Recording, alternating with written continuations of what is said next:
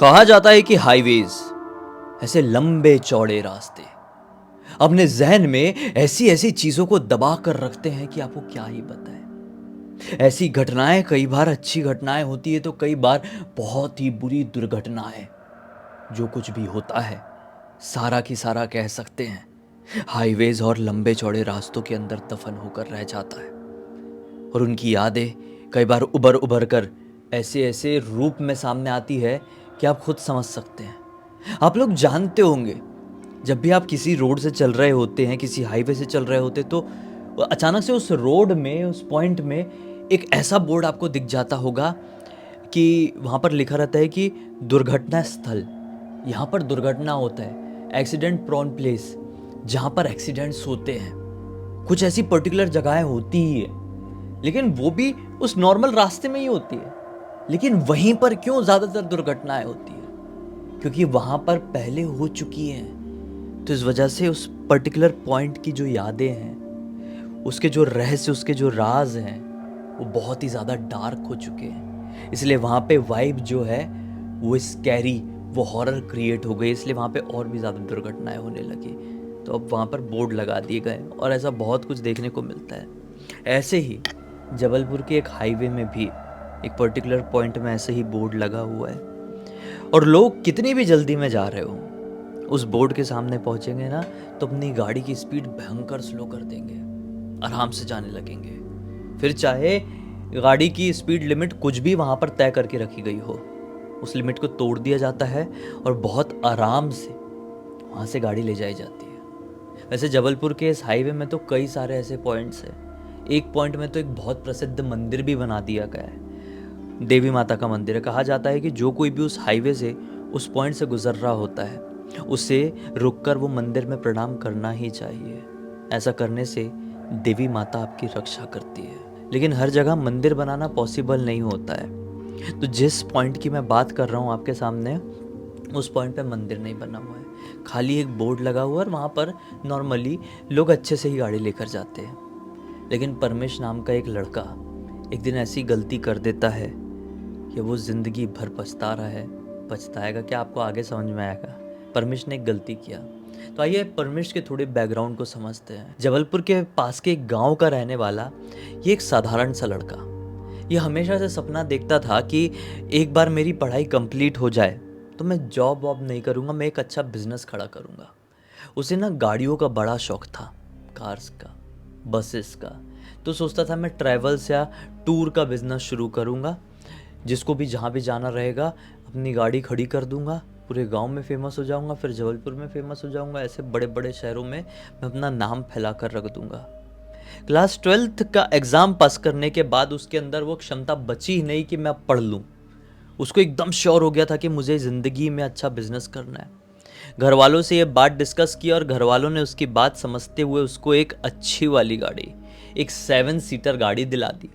बोले बेटा स्टार्टिंग में तो तुझे ही चलाना होगा, ड्राइवर वगैरह नहीं, अभी तू चला, चीज़ों को समझ, ये बिजनेस को समझ, और अपनी पैसे जो भी कमाएगा उसकी रोलिंग कर, नई गाड़ी खरीद, नया ड्राइवर ला और तू अपने हिसाब से कर।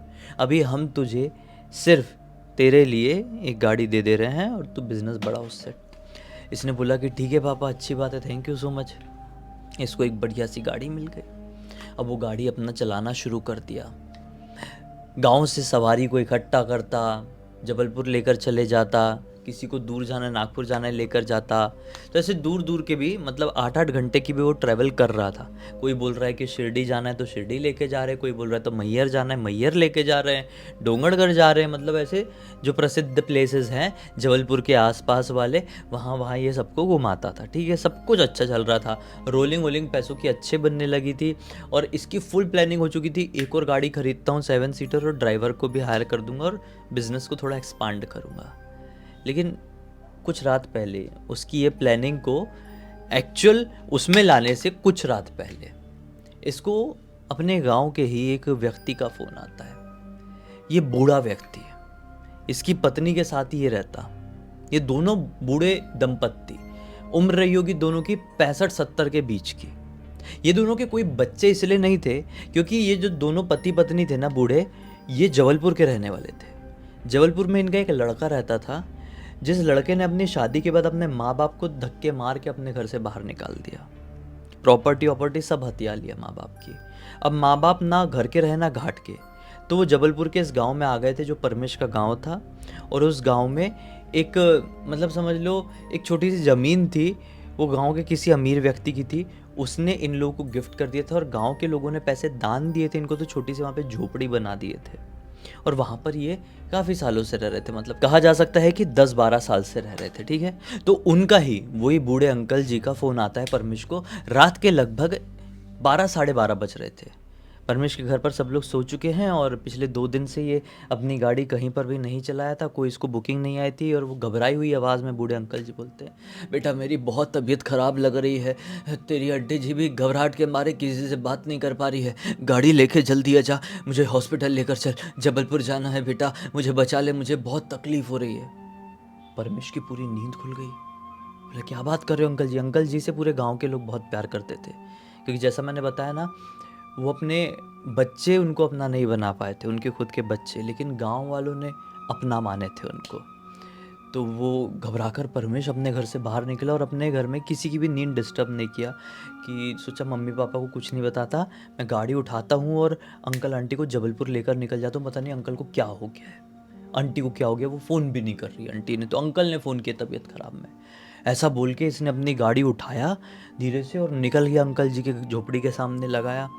तुरंत गाड़ी से उतरा, घर के अंदर पहुंचा अंकल जी के, तो देखता है कि अंकल जी को अटैक आया हुआ है और अंकल जी बड़ी मुश्किल से सांस ले पा रहे हैं और सिर्फ एक ही जगह देख रहे हैं। बोले शिट अंकल जी, आपने किसी और को फ़ोन क्यों नहीं लगवाया आंटी जी से? आंटी जी आपने क्यों नहीं पहले किसी को इन्फॉर्म करी? आंटी जी तो घबराहट के मारे कुछ बोल ही नहीं पा रही थी, सिर्फ रोने पे रोना मचा रही थी।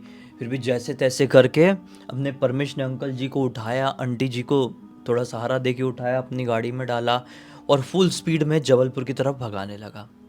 अब ऐसा था ना भाई, इसी गांव से जो जबलपुर का रास्ता था वो उसी हाईवे से होकर जा रहा था जिस हाईवे का जिक्र मैंने अभी स्टार्टिंग में आपको किया था।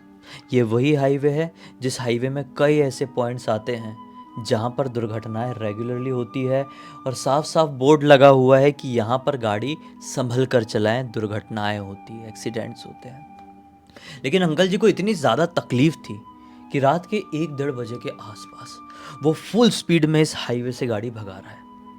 एक वाला पॉइंट क्रॉस हुआ, डेंजर पॉइंट, दूसरा डेंजर पॉइंट क्रॉस हुआ, तीसरा डेंजर पॉइंट आया ही था कि आंटी ने टोकी, आने ही वाला था, मतलब आंटी ने टोकी, बेटा थोड़ा धीरे गाड़ी चला, धीरे चला है। इस रास्ते में बहुत सारी जगह ऐसी आती है, मैंने सुनी हूँ, जहाँ पर तेज़ गाड़ी नहीं चलाते हैं, दुर्घटनाएं हो जाती है। एक को बचाने के चक्कर में तुझे भी कुछ हो जाएगा बेटा, आराम से चला। ये आंटी जी को बोलने के लिए पीछे मुड़ा ही है कि लिटरली इसकी गाड़ी से कोई जुप से आके टकराया। ये घबरा कर तुरंत सामने देखा तो क्या पाया है कि इसकी गाड़ी से एक औरत टकराई है जिसके हाथ में बिल्ली थी। एक बिल्ली, इतनी बड़ी काली बिल्ली। वो औरत रोड क्रॉस कर रही थी। ये हाईवे वाला जंगल वाला एरिया है, एक साइड से निकलकर दूसरे साइड में जा रही थी। उस बीच हाईवे में इसकी फुल स्पीड में, मतलब काफ़ी स्पीड में गाड़ी चल रही है और ये आंटी जी से बात करने के लिए सब पलटा ही था कि धड़धड़ा के कोई टकरा गया।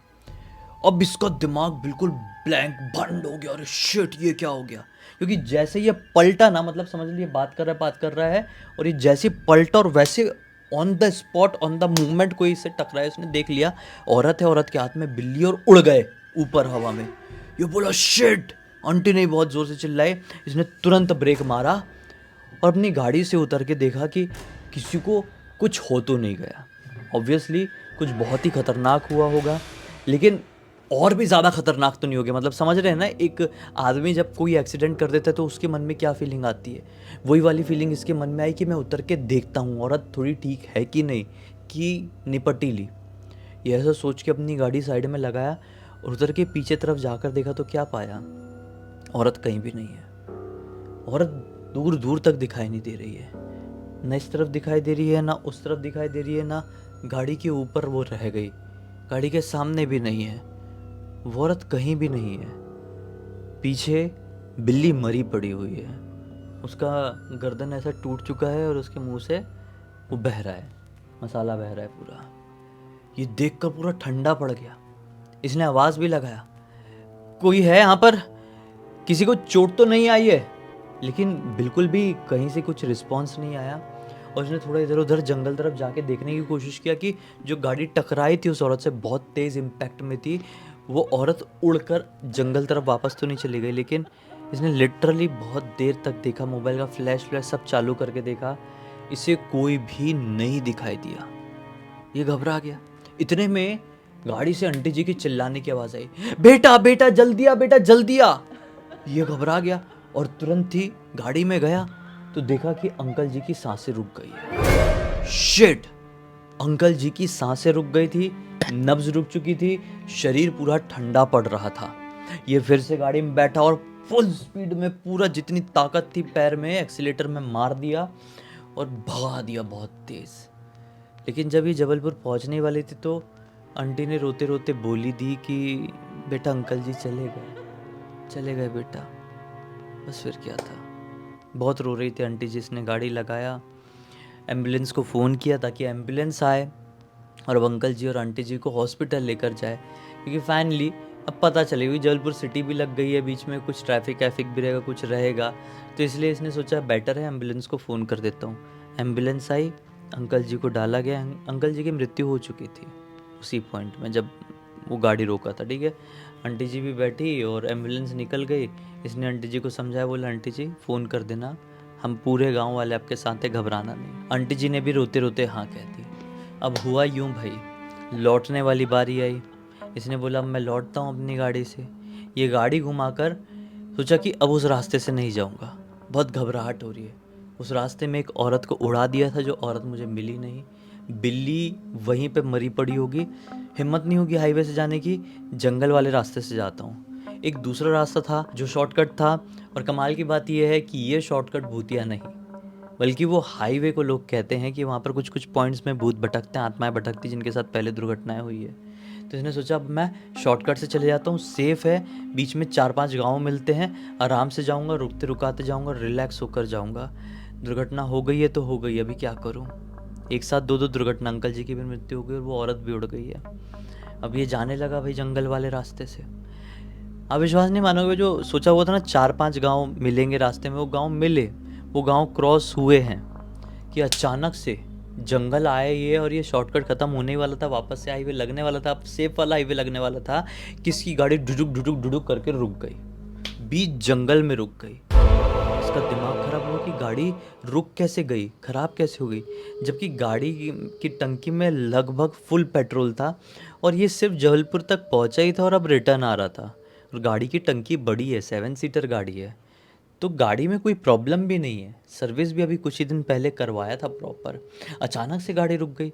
इसने सोचा ऐसे कैसे हो सकता है, उतर के बोनेट को चेक करता हूँ। ये जैसी उतरा है, बोनेट खोला है, देखने की कोशिश किया, सब कुछ ठीक है।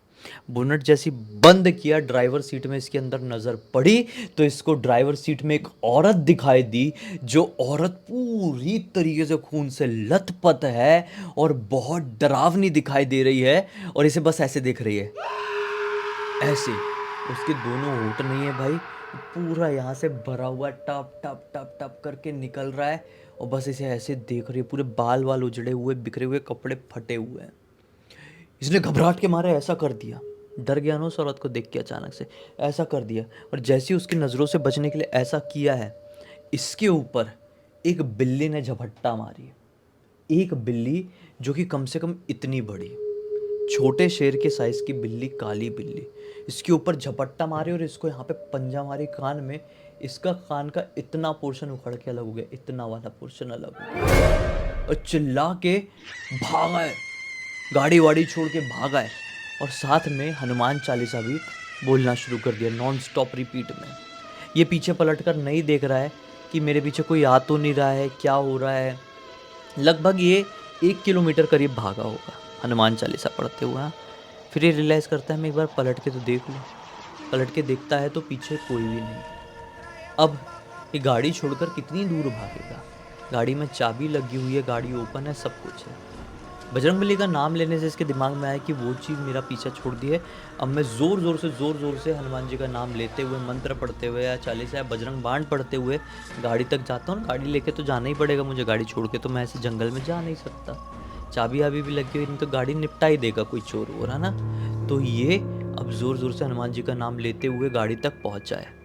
गाड़ी के आसपास कोई औरत नहीं, कोई चुड़ैल नहीं, कोई भूत नहीं, कोई बिल्ली नहीं। ये तुरंत अपनी गाड़ी में बैठा और फिर गाड़ी स्टार्ट करने को हुआ।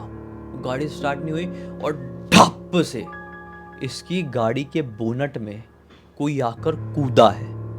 अब जो आकर कूदा है मैं उसका हुलिया बताता हूँ। परछाई दिख रही है, क्लियर फेस नहीं दिख रहा है, वो एक 3D शैडो टाइप है। ऐसा लग रहा है वो आधा इंसान और आधा जानवर है, लंबे बाल वाला। इससे ये समझ में आ रहा है कि हो ना हो वो आधा इंसान औरत का रूप है, और वो जो आधा जो जानवर दिखाई दे रहा है वो किसी ना किसी रूप से बिल्ली दिखाई दे रहा है। और बस धीरे धीरे करके इसी कांच में ऐसे ऐसे करके हाथ मार रहा है। अब इसको घबराहट होना शुरू है, गाड़ी स्टार्ट नहीं हो रही है, मैं निकल के भाग नहीं सकता। अगर ये जानवर है तो मुझे जिंदा नहीं छोड़ेगा, और अगर ये कोई भूत है तो मैं 100% मरूंगा। इसने फिर से एक ही अपना चारा चुना कि बस अब बजरंग बाण पर आ जाए। ये बजरंग बाण जो पढ़ना शुरू किया है आंख बंद करके भाई, जो सहलाना था ना, उसके नाखून से जो आवाज़ आ रही थी, जो कोई भी था वो सहला रहा था, इसके सहला नहीं रहा था, वो कांच को रगड़ रहा था। जो विजन वाला कांच होता है, मेन ड्राइवर सीट के सामने वाला बड़ा कांच कार का, वो आधा बजरंग बाण हुआ है। वो रगड़ने वाली आवाज़, नाखून घिसने वाली आवाज़ बंद हो गई। इसलिए आँख खोला तो क्या देखता है कि गाड़ी के बोनेट में अब कोई नहीं, बल्कि गाड़ी के सामने वो बैठी हुई है। वो जो कोई भी है वो चीज़ बैठी हुई है और एक पेड़ के ऊपर लगातार देख रही है, और वो बहुत ज़्यादा डरी हुई दिखाई दे रही है। इसने धीरे से अपना साइड मिरर खोला और सिर बाहर निकालकर उस पेड़ के ऊपर देखने की कोशिश किया तो क्या पाया, उस पेड़ के ऊपर एक बहुत बड़ा बंदर बैठा हुआ है। वो बंदर, ज़्यादा देर नहीं हुई इसको देखते हुए, मुश्किल से 20 सेकंड हुए ऐसा देखते हुए कि वो बंदर झम से जंप मारा है गाड़ी के बिल्कुल सामने, और वो अजीब सी आवाज़ निकाल के ऐसा भागी है ना, वो जो कोई भी थी, वो बिल्ली थी या बिल्ली भूत थी या कोई चुड़ैल थी, पता नहीं, जो भी थी वो ऐसा भागी जैसी कोई लिमिट नहीं। वो जैसी भागी, वो बंदर भी दूसरे रास्ते में अंधेरे की तरफ चले गया। ये देखते रह गया कि अभी क्या हुआ। इसने वापस से अपनी गाड़ी का चाबी घुमाया और गाड़ी स्टार्ट हो गई। अब ये गाड़ी घुमा के ऐसा तेज़ भगा के घर को आया है ना, ऐसा तेज़ भगाया कि मैं आपको क्या बताऊं। घर पहुंचने के बाद इसने कुछ भी कांड अपने घर वालों को नहीं बताया। बस जब प्रॉपरली सुबह हो गई तो बता दिया कि वो अंकल जी जो थे अपने, जो जबलपुर से आए हुए थे, वो अंकल जी जो झोपड़ी में रहते थे, उनकी मृत्यु हो गई है। पूरे गांव को फिर पता चला। फिर ये जब तक वहाँ पर पहुँचे होंगे, फिर आगे जो भी करना होगा गांव वालों ने किए होंगे। बाकी भूतिया घटना इतनी थी, और इस घटना के बाद से परमेश ने कसम खा लिया कि मैं आज के बाद से कभी भी उस रास्ते से नहीं जाऊंगा, जाऊंगा तो फास्ट नहीं जाऊंगा। जो डेंजर जोन बताए जाते हैं हाईवे में, वो एक्चुअल में डेंजर जोन होते हैं, और सिर्फ डेंजर जोन नहीं बल्कि वो भूतिया जोन भी हो सकते हैं। इस पूरी घटना की जानकारी परमेश ने अपने एक दोस्त को दिया, और उसके दोस्त ने मुझे इंस्टाग्राम पर लिख कर भेजा। मैंने सोचा कि बाप रे, थोड़ा दिमाग घूमेगा सुन के कि क्या बोल रहे हैं क्या नहीं, लेकिन एक्चुअल जब आप समझेंगे ना मैं क्या बताना चाह रहा हूँ, तो समझ में आएगा कि क्या खौफ की रात रही होगी उसके लिए। इसी एक नोट के साथ अब इस कहानी का अंत करते हैं। अब तक इस वीडियो को देखे हैं तो लाइक ज़रूर कर देना, चैनल को सब्सक्राइब करके बेल आइकन दबा के ऑल के ऑप्शन में क्लिक करना, क्योंकि इसी तरह के हैरान कर देने वाले खौफनाक वीडियोस डेली आप लोग के सामने लेके आता रहता हूँ। इंस्टाग्राम की लिंक इस वीडियो के डिस्क्रिप्शन बॉक्स में मिल जाए, क्लिक करके डायरेक्टली वहाँ पर पहुँच जाना। और इसी तरह की कोई भी कहानी, टॉपिक या जानकारी आप लोग के पास भी है तो लिख भेजना। हो सकता है मेरा अगला वीडियो कल आपके हिसाब से बन रहा हो। तो चलिए कल फिर से मिलते हैं, तब तक के लिए बहुत बहुत धन्यवाद। आपका दिन शुभ हो।